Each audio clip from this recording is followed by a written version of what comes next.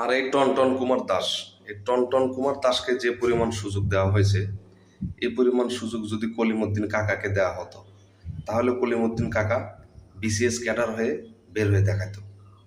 এই টনটন দাসকে যে পরিমাণ সুযোগ দেওয়া হয়েছে বাংলাদেশ ক্রিকেট দলে। আর ইয়ংস্টার যারা আসতেছে তা হচ্ছে আসলে কি বলবো, এরা ওয়ানডে খেলে টেস্টের মতো করে, টি-20 খেলে ওয়ানডের মতো করে।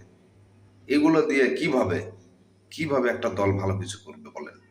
আমার তো মনে হয় যে সামনে বাংলাদেশ ক্রিকেট আর আইসিসিতে থাকবেই না। এই সমস্ত অপদার্থদের কারণে বাংলাদেশ ক্রিকেট দল আইসিসিতে আর থাকবে না। ঠিক আছে, বোঝাতে পারলাম?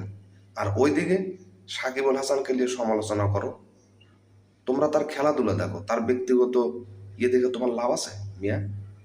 সে একজন ভালো খেলোয়াড়, তাকে তোমরা নানা সমালোচনা করিয়া তাকে খেলা থেকে আজ বাইরে রাখছো। সে আওয়ামী লীগ করুক, বিএনপি করুক, এটা তার ব্যক্তিগত ব্যাপার। তোমরা তার দেখবে খেলা, কথা বোঝো নাই? হ্যাঁ?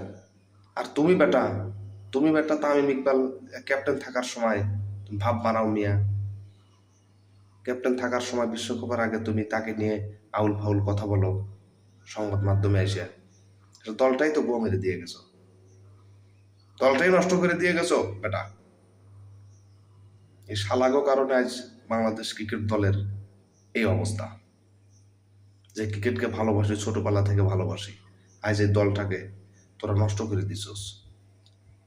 আর বিসিপি এই চুদির ভাইরা কি করিস তোরা কি করস? ভালো কিছু কর, না হলে আইসিসি থেকে অচিরেই বাংলাদেশ নামক দলটা হারিয়ে যেতে বসছে। ধন্যবাদ।